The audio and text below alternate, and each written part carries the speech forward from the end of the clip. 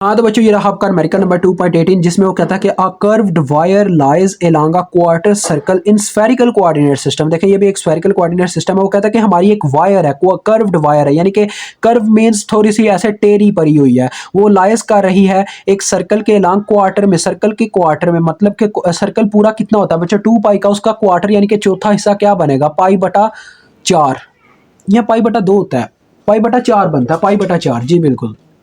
तो देखो बच्चों पाई ओवर 4 आ गया, ठीक है। आगे बात करते हैं नेक्स्ट की। तो देखो वो कहता है कि the wire lies at constant radius, यानी कि रेडियस हमारा कांस्टेंट है इसमें, r is equal to 2 metre है, एंड कांस्टेंट एजीमुथल एंगल, यानी कि दूसरा फाई भी हमारा यहाँ पे कांस्टेंट है। तो फिर चीज क्या चेंज कर रही है, सिर्फ थीटा चेंज हो रहा है।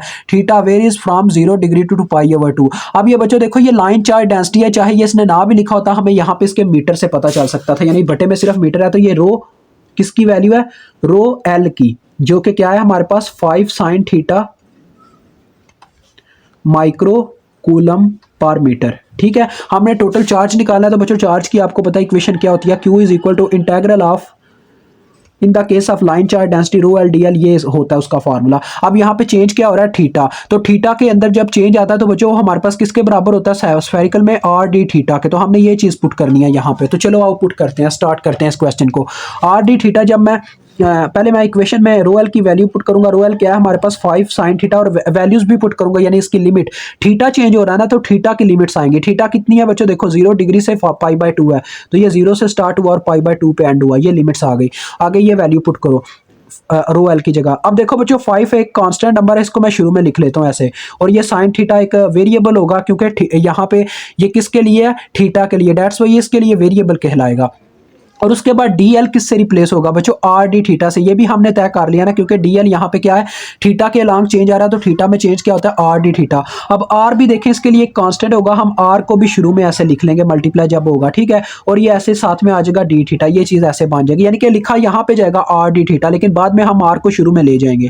तो देखो 5 इंटू आर की वैल्यू कितनी है बच्चों, आर की वैल्यू है 2, तो ये मैंने 2 पुट कर दी। और उसके बाद देखो ऐसे लिमिट्स आ गई 0 टू पाई ओवर 2, और साथ में साइन थीटा डी थीटा, ठीक है, ये चीज आ गई। अब देखें Q is equal to 5 into 2 10 हो गया बच्चों। और उसके बाद साइन थीटा का इंटेग्रल क्या होता है, माइनस कॉस थीटा, तो ये माइनस कॉस थीटा आ जाएगा, ठीक है,